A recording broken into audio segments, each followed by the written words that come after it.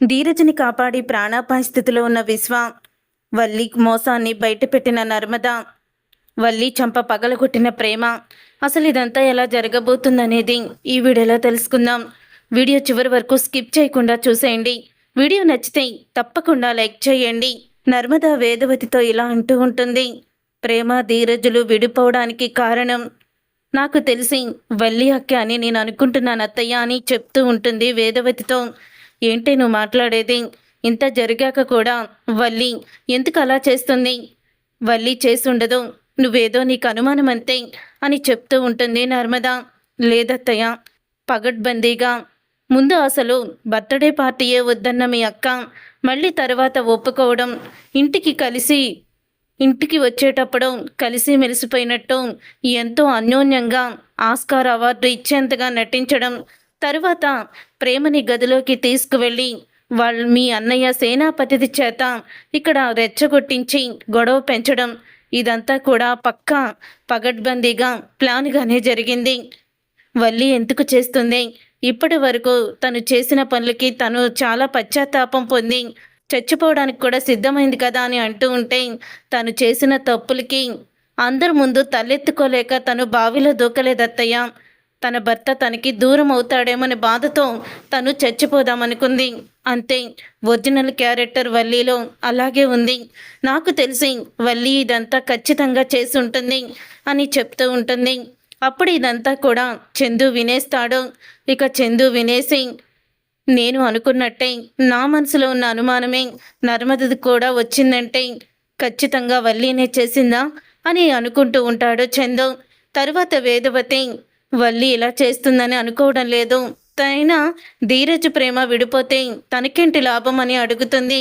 ఎందుకు లాభం కాదత్తయ్య, ఇప్పుడు మీరు నన్ను ప్రేమని ఎంతో ప్రేమగా చూస్తున్నారు, అందరూ ముందు తనని అవమానిస్తున్నారు, మీ ముఖంలో చిరునవ్వు, మా మీద మీకున్న ప్రేమ అన్నీ దూరం అవ్వాలని తను అలా చేసుండొచ్చు కదా అని అంటూ ఉంటుంది వేదవతి. సరే పద అని అంటూ ఉంటుంది నర్మదని. వేదవతి, ఎక్కడికత్తయ్యా? చెప్తాను పద అని అంటూ బట్టలు ఆరేస్తున్నా వల్లి దగ్గరికైతే వెళ్తారు. ఇక వల్లి దగ్గరికి వెళ్ళి, ఏంటి వల్లి, ఏం చేస్తున్నావు అని అడుగుతూ ఉంటే, బట్టలు ఆరేస్తున్నాను అత్తయ్య గారు అని అంటూ ఉంటుంది వల్లి. అవునా, సరే కానీ ప్రేమ ధీరజ్ విడిపోవడానికి, ఇంట్లో ఇంత పెద్ద గొడవ జరగడానికి నీ హస్తం ఏదన్నా ఉందా అని అడుగుతూ ఉంటుంది డైరెక్ట్గా వేదవతి. అప్పుడే ఒక్కసారి వల్లి షాక్ అయిపోతూ, ఏం మాట్లాడుతున్నారు అత్తయ్య గారు? ఇంకా నేను మారలేదని అనుకుంటున్నారా?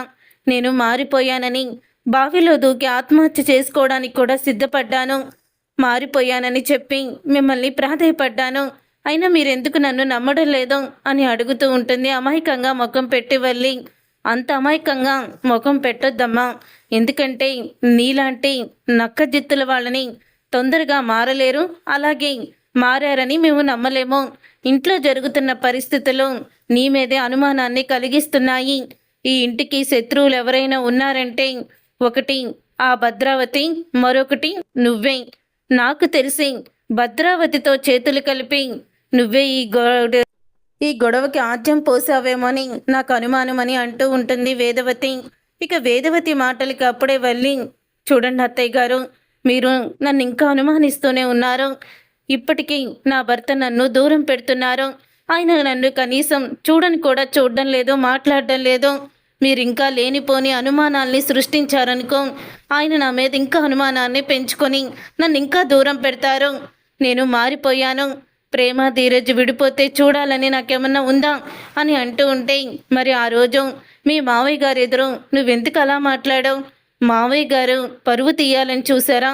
కనీసం మీ మేనగోడల గురించి ఆలోచించారు, కానీ మావయ్య గారికి చెప్పాలనే ఆలోచన మీకు రాలేదు కదా అని మీ మావయ్యని ఎందుకు రెచ్చగొట్టావు? మీ మావయ్య ఎదురు రమ్మంటే పెద్దోడు వచ్చి అమ్మనే ఎదురు రానివ్వు అని చెప్పినట్టు ఎప్పటి నుంచో అత్తయ్య గారే వస్తున్నారు, అత్తయ్య గారిని రమ్మనొచ్చు కదా అని నువ్వెందుకు చెప్పలేకపోయావు అని అడుగుతూ ఉంటుంది వేదవతి. అప్పుడే ఇక వల్లి, వామ్మో ఇదేంటి ఈవిడ లాయర్ లాగా లా పాయింట్లన్నీ లాగుతుంది అని షాక్ అయిపోతూ ఉంటుంది వల్లి.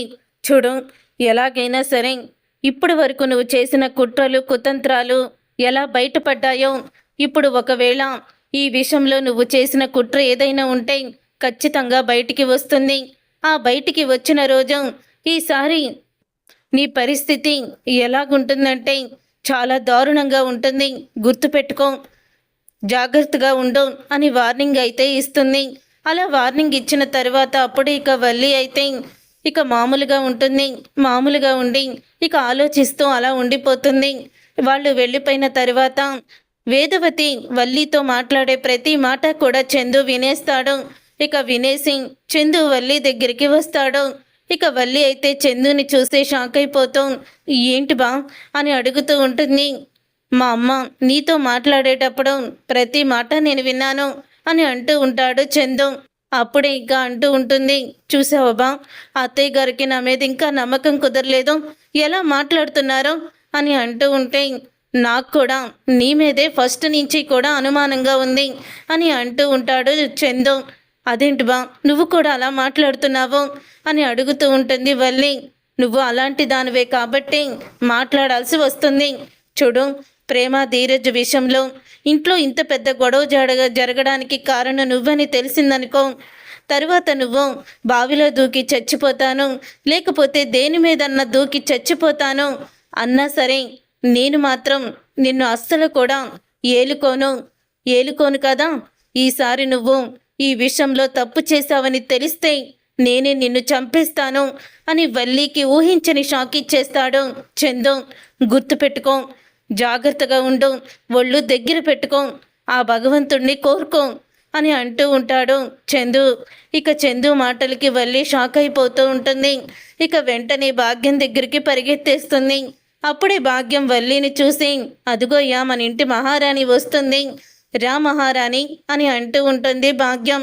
అప్పుడు ఇక వల్లి టెన్షన్ పడ్డం చూసి, ఏంటి అలా ఉన్నావు, ఏమైందని అడుగుతూ ఉంటే, అప్పుడే ఇంకా ఏమైందేంటి, నర్మదికి నా మీద అనుమానం మొదలయ్యింది, మా అత్తయ్య గారికి కూడా నా మీద ఉన్న అనుమానాన్ని చెప్పింది, వాళ్ళిద్దరు మాటలు విని నా భర్త కూడా నా మీద అనుమానాన్ని పడుతున్నాడు అని చెప్తూ ఉంటుంది. అప్పుడే ఇంకా వల్లి ఆ మాట విని ఒక్కసారి షాక్ అయిపోతూ ఉంటారు భాగ్యం, ఆనందరావు ఇద్దరూ కూడా.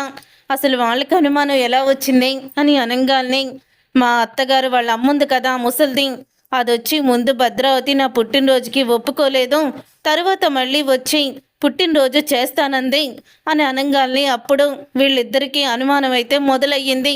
వీళ్ళిద్దరికీ అనుమానం మొదలయ్యి అప్పుడు ఈ నర్మదకి అనుమానం వచ్చి మా అత్తగారితో చెప్పింది.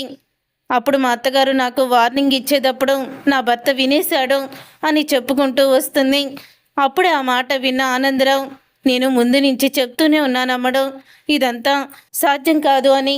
అవును, నీ భర్త ఏమన్నాడు ముందు అని అడుగుతూ ఉంటే, ఈసారి గనక ఈ విషయంలో నువ్వు చేసిన కుట్ర వల్ల ఇదంతా జరిగిందని తెలిస్తే ఈసారి నువ్వు చచ్చిపోతాం కాదు, నేనే నిన్ను చంపేస్తాను అని నా భర్త వార్నింగ్ ఇచ్చాడు అని అనేసరికి ఒక్కసారే భాగ్యం, ఆనందరావు షాక్ అయిపోతూ ఉంటారు. షాక్ అయిపోతూ ఇలా అంటూ ఉంటారు, ఇప్పుడు మనం చెయ్యవలసింది అసలు ఈ విషయాలు బయటికి రాకుండా చెయ్యాలి. బయటికి వస్తే మాత్రం ఇక అస్సలు కూడా నీ భర్త నిన్ను క్షమించడం అని అంటూ ఉంటుంది భాగ్యం. ఇక వల్లి అయితే చాలా భయపడిపోతూ ఉంటుంది. తర్వాత ఇక ప్రేమ ధీరజ్ ఫోటోని చూస్తూ గదిలో కూర్చొని ఏడుస్తూ ఉంటుంది. ఎందుకురా నన్ను ఆ రోజు అంత మాట అన్నావు, నువ్వు ఆ రోజు ఆ మాట అని ఉండకపోతే ఈరోజు నేను ఇక్కడికి వచ్చేదాన్ని కాదు, నీ దగ్గరికి వచ్చేయాలనిపిస్తుందిరా, నిన్ను చూడాలనిపిస్తుంది, నీతోనే ఉండాలనిపిస్తుంది. ఒక్కసారి ప్రేమ, నేను అన్నది కరెక్ట్ కాదు, నేను చేసింది తప్పే, అలా అనుండకూడదు అని ఒక్క మాట చెప్పు, నీతో పరిగెత్తుకుంటూ వచ్చేస్తాను అని అంటూ ఉంటే ఆ మాట విని అప్పుడే ఇక భద్రావతి, సేనాపతి ఇద్దరూ కూడా షాక్ అయిపోతూ ఉంటారు. ఇక భద్రావతి, సేనాపతి ప్రేమ ధీరజ్ ఫోటోని చూస్తూ తను మాట్లాడుతున్న మాటలన్నీ విని షాక్ అయిపోతూ ఉంటారు. ఏంట్రా సేన అంటే ఆ ధీరజ్ అన్న మాటలకే తప్ప ధీరజ్ మీద ఉన్న ప్రేమని మాత్రం ప్రేమ వదులుకోలేకపోతుంది. ధీరజ్ని తన మీద చాలా అంటే చాలా ప్రేమని పెంచుకుంది అని అంటూ ఉంటే ఆ మాట విని అప్పుడే ఇంకా సేనాపతి, అవునక్క నువ్వు చెప్పింది కూడా కరెక్టే అని అంటూ ఉంటుంది. అవునక్క. అవునక్క, నువ్వు చెప్పింది కూడా కరెక్టే అని సేనాపతి అయితే అంటాడు. ఇప్పుడేం చేద్దాం సేన? ఈ ధీరజ్‌ని మర్చిపోవాలంటే ప్రేమ ఖచ్చితంగా మనం ఏదోటి చెయ్యాలి అని అంటూ ఉంటుంది. అప్పుడు ఇక సేనాపతి చంపేద్దామక్క వాడిని అని అంటూ ఉంటాడు. రేయ్ సేన, ఏం మాట్లాడుతున్నావు? అవునక్క, ఆ ధీరజ్ గాడే లేకపోతే ఇక ప్రేమ శాశ్వతంగా మనతో పాటే ఉండిపోతుంది. ఇప్పుడు ప్రేమ మాటలు విన్నావు కదా, వాడి ఫోటోని చూసి నేనన్నది తప్పే అని ఒక్కసారి నాకు సారీ చెప్పు, నేను వచ్చేస్తాన్రా, నువ్వంటే నాకు ప్రాణం అంటూ తనలో తానే ఎలా మాట్లాడుకుంటుందో. అందుకని ఇప్పుడు మనం చెయ్యాల్సింది ఆ ధీరజ్‌ని శాశ్వతంగానే పైకి పంపించేయడం, అంతకు మించి వేరే ఆప్షన్ లేదు అని అంటూ ఉంటాడు. సరే సేన, ఆ ఏర్పాట్లు చూడు. నువ్వన్నట్టే ఆ ధీరజ్ గాడే లేకపోతే ఇక ప్రేమ ఆ ఇంట్లో అడుగు కూడా పెట్టదు అని చెప్తూ ఉంటుంది భద్రావతి. అలా సేనాపతి, భద్రావతి ఇద్దరు కూడా ధీరజ్‌ని పైకి పంపిద్దామని, చంపేద్దామని ప్లాన్ చేస్తారు. ఇక సేనాపతి తనకు తెలిసిన రౌడీలకైతే ఫోన్ చేస్తాడు. ఫోన్ చేసి ఇలా అంటూ ఉంటాడు, నేను నీకొక ఫోటోని పంపిస్తున్నాను. ఆ ఫోటోలో ఉన్న వ్యక్తిని నువ్వు చంపేయాలి. అతను క్యాబ్ నడుపుతూ ఉంటాడు. అసలు ఎందుకు చంపారో, ఎవరు చంపారో కూడా సాక్ష్యాలు కూడా దొరకకూడదు అని అంటూ ఉంటాడు సేనాపతి. సరే సార్, మేము చూసుకుంటాం, మీకు చేతికి మట్టంటదు, మీ పేరు బయటికి రాదు అని అవతల రౌడీ అయితే చెప్తూ ఉంటాడు సేనాపతితో. అప్పుడే సేనాపతి, అక్క, ఆ ధీరజ్ గారిని చంపేయడానికి అంతా సిద్ధం చేశాను, రేపే వాడు ఆఖరి రోజు అని అంటూ ఉంటాడు సేనాపతి. తర్వాత ఇక పొద్దున్నే ప్రేమ అయితే ధీరజ్ కోసం ఎదురు చూస్తూ ఉంటుంది. ఇక ఎదురు చూస్తూ అక్కడే బాల్కనీలో నుంచి చూస్తూ ఉంటే ఇంతలో ఇక ధీరజ్ అయితే వెళ్ళబోతూ ఉంటాడు డ్యూటీకి. అలా వెళ్ళబోతూ ఉండగా అప్పుడు ఇక అంటూ ఉంటుంది ప్రేమ పైనుంచి చూస్తూ, ఏంటి నువ్వు నాకు చెప్పేది, నేను వెళ్తాను అని అంటూ ఉంటాడు ధీరజ్. ఇంతలో తిరుపతి, ఏంట్రా ప్రేమ చెప్తుంది అని అంటూ ఉంటే, అది నన్ను బయటికి వెళ్ళొద్దంటుంది, ఎందుకు అడుగు అని అంటూ ఉంటాడు తిరుపతిని. ధీరజ్ అప్పుడే, ఏంటమ్మా, ఏంటి వాడికి ఏంటి చెప్తున్నావు అంటే, వాణ్ణి ఇప్పుడు వెళ్ళొద్దని చెప్పు, ఎందుకో నా మనసు బాగోలేదు, వాణ్ణి వెళ్ళొద్దను అని అంటూ ఉంటుంది. నీ మనసు బాగోకపోతే నేను వెళ్లకుండా ఎందుకుంటాని, నేను ముందే వెళ్తాను. నా మనసుని నువ్వేమన్నా అర్థం చేసుకున్నావా ఏంటి? నీ మనసు బాధపడుతుంటే నేను వెళ్ళకపోవడానికి నేను వెళ్తాను అని చెప్పి ఇక ధీరజ్ అయితే బయలుదేరుతాడు. ప్రేమ ఆ రోజు ధీరజు పోలీస్ స్టేషన్లో ఒక అమ్మాయిని కిడ్నాప్ కేసులో ఉన్నప్పుడు ఎలాగైతే నా కుడికన్ను అదిరిందో ఈరోజు కూడా అలాగే అవుతుంది. ఏదో ప్రమాదం జరగబోతుందని నా మనసు చెప్తుంది. వీడేమో వినిపించుకోవడం లేదు, ఇప్పుడు ఏం చెయ్యాలి అని ఆలోచిస్తూ ఉంటుంది ప్రేమ. తర్వాత ఇక సేనాపతికి రౌడీలు ఫోన్ చేస్తారు. మీరు చెప్పిన అతను ఇంటి నుంచి బయలుదేరాడు, నా మనిషి అతన్ని ఫాలో అవుతూనే ఉన్నాడు, అతన్ని ఈరోజు లేపేస్తాము, ఇక్కడ పలానా చోట, అక్కడైతే ఎవ్వరు కూడా ఉండరు అని చెప్పి అంటూ ఉంటాడు. అప్పుడే సేనాపతి భద్రావతి దగ్గరికి వెళ్ళి వాణ్ణి మణికొండ దగ్గర ఉన్న ఆ కొండ గుట్టలు ఉన్నాయి కదా, వాడు అటువైపే వస్తున్నాడంట, అంటే వీడు ఒకడు అక్కడే ఉండి క్యాబ్ బుక్ చేసుకొని అక్కడికి తీసుకువెళ్తున్నాడు, కాబట్టి మనకి చేతికి అంటకుండా ధీరజ్ గాడు ఇప్పుడు పైకి పోతున్నాడు అని అంటూ ఉంటాడు సేనాపతి. ఇదంతా విన్న విశ్వ షాక్ అయిపోతాం. ఎంత కుట్ర చేశాడు మా నాన్న, ధీరజ్ని చంపాలని చూస్తున్నారా? ఇప్పుడు ఈ విషయం కానీ నేను గట్టిగా అడిగితే అక్కడ ధీరజ్ని చంపేస్తారు, కానీ వీళ్ళు అస్సలు కూడా చంపొద్దని చెప్పరు, నేనే వెళ్ళి కాపాడాలి అని విశ్వ అయితే ఇక వెంటనే బయలుదేరుతాడు. ఇంతలో ధీరజ్ అయితే ఎక్కిన ఆ రౌడీని తను చెప్పిన ప్లేస్కి అయితే తీసుకువెళ్తాడు. మీరు దిగాల్సిన ప్లేస్ ఇక్కడే అని అంటూ ఉంటాడు ధీరజ్. అప్పుడే ఇక నువ్వు కూడా ఒకసారి కారు దిగు అని చెప్తూ ఉంటే, నేను కారు దిగాలా? ఎందుకు? దిగమంటున్నాను కదా, దిగు. దిగుతావా లేకపోతే నీ కారు అద్దాలు పగలగొట్టమంటావా అని అతను అనగానే, రే నీకేమన్నా పిచ్చిరా, కారు అద్దాలు పగలగొడతానంటావేంటి అని ధీరజ్ అయితే అతను చెప్పినట్టే కిందకి దిగేస్తాడు. అలా ధీరజ్ కిందకి దిగిన తర్వాత ఇక చాలామంది, ఒక 4-5 రౌడీలు అయితే వస్తారు. ధీరజ్ని చుట్టుముట్టుతారు. అప్పుడే ధీరజ్ ఓహో ఇదంతా నన్ను లేపేయడానికి స్కెచ్ అనమాట అని అంటూ ఉంటాడు. ధీరజ్ అవునరా స్కెచ్చే, ఈరోజు నా చేతుల్లో నువ్వు చచ్చావు అని రౌడీ అయితే కత్తి తీసుకొని ధీరజ్ మీదకి వెళ్తూ ఉండగా అప్పుడే ధీరజ్ రౌడీని కొడతాడు. కొంచెంసేపు రౌడీల మధ్య గొడవ జరుగుతుంది ధీరజ్కి రౌడీలకి. ఇంతలో ఇంకా నలుగురు రౌడీలు కలిపి ధీరజ్ని గట్టిగా పట్టుకుంటారు. అలా పట్టుకున్న తర్వాత అప్పుడే రౌడీ అయితే కత్తి తీసుకొని ధీరజ్ని బలంగా పొడవడానికి పరిగెత్తుకుంటూ మరీ వస్తాడు. ఇంతలో ఇక విశ్వ వచ్చి ధీరజ్కి అడ్డుగా నిలబడడంతో అతను తీసుకొచ్చిన కత్తి విశ్వాకి గుచ్చుకుంటుంది. దాంతో ఒక్కసారి ధీరజ్ షాక్ అయిపోతూ రే విశ్వ అని అంటూ ఉంటాడు. అప్పుడే ఇక రౌడీలకి పోలీస్ జీప్ అయితే వస్తూ ఉంటుంది సౌండ్. దాంతో అక్కడి నుంచి రౌడీలు పారిపోతారు. విశ్వ వచ్చేటప్పుడే పోలీసులకు కూడా చెప్పడంతో పోలీసులు అక్కడికి వస్తారు. ఇక విశ్వ అయితే గాయపడతాడు. అప్పుడే ఇంకా రే విశ్వ ఏంట్రా ఇదంతా, ఏంటి నువ్వు చేసిన పని అని అంటూ ఉంటే నువ్వంటే నా చెల్లికి ప్రాణం ధీరజ్, నీకేమన్నా అయితే అది తట్టుకోలేదు, అందుకే అందుకే ఇలాగా అని విశ్వ స్పృహ కోల్పోతాడు. విశ్వ స్పృహ కోల్పోవడంతో గాయపడిన విశ్వాని తీసుకొని హాస్పిటల్కి అయితే వస్తాడు. అప్పుడే ఇంకా ధీరజ్ హాస్పిటల్లో విశ్వ ప్రాణాపాయ స్థితిలో ఉన్నాడని తెలుసుకొని ధీరజ్ అయితే విశ్వాకి బ్లడ్ కూడా ఇస్తాడు. తర్వాత ఇక ఇదంతా ఇలా జరుగుతూ ఉండగానే ఇంతలో ఇక వల్లి దగ్గరికి వస్తుంది సుకన్య.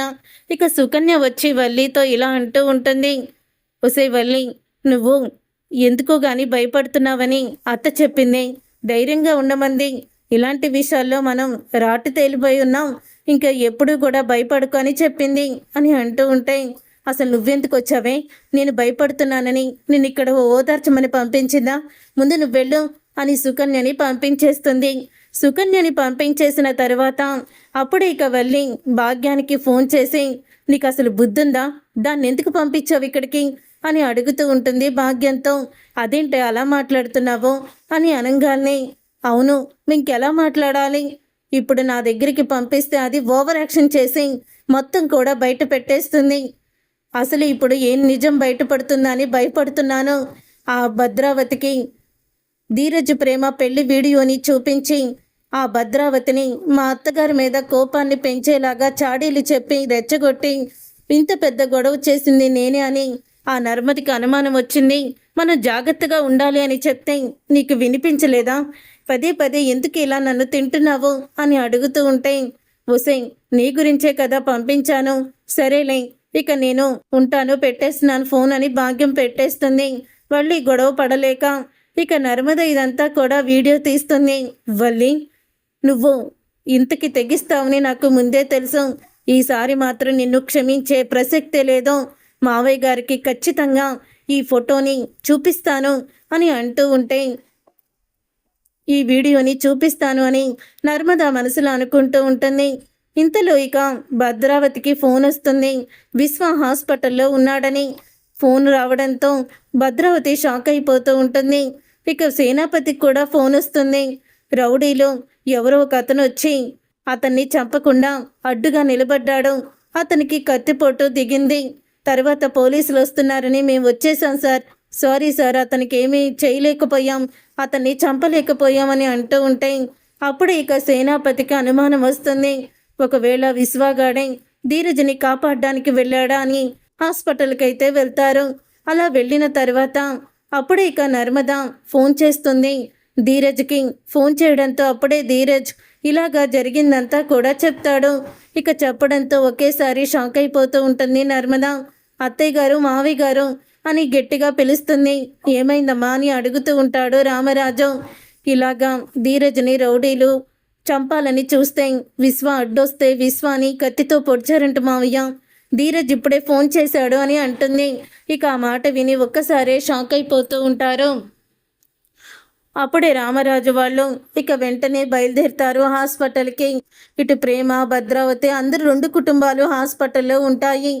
తర్వాత ఇక డాక్టర్ వచ్చి అతనికి ఎటువంటి ప్రాణహాని లేదు, సమయానికి తీసుకొచ్చి అతని ప్రాణాల్ని కాపాడావు, అతనికి బ్లడ్ కూడా ఇచ్చావు అని ధీరజ్ని పొగుడుతూ ఉంటారు.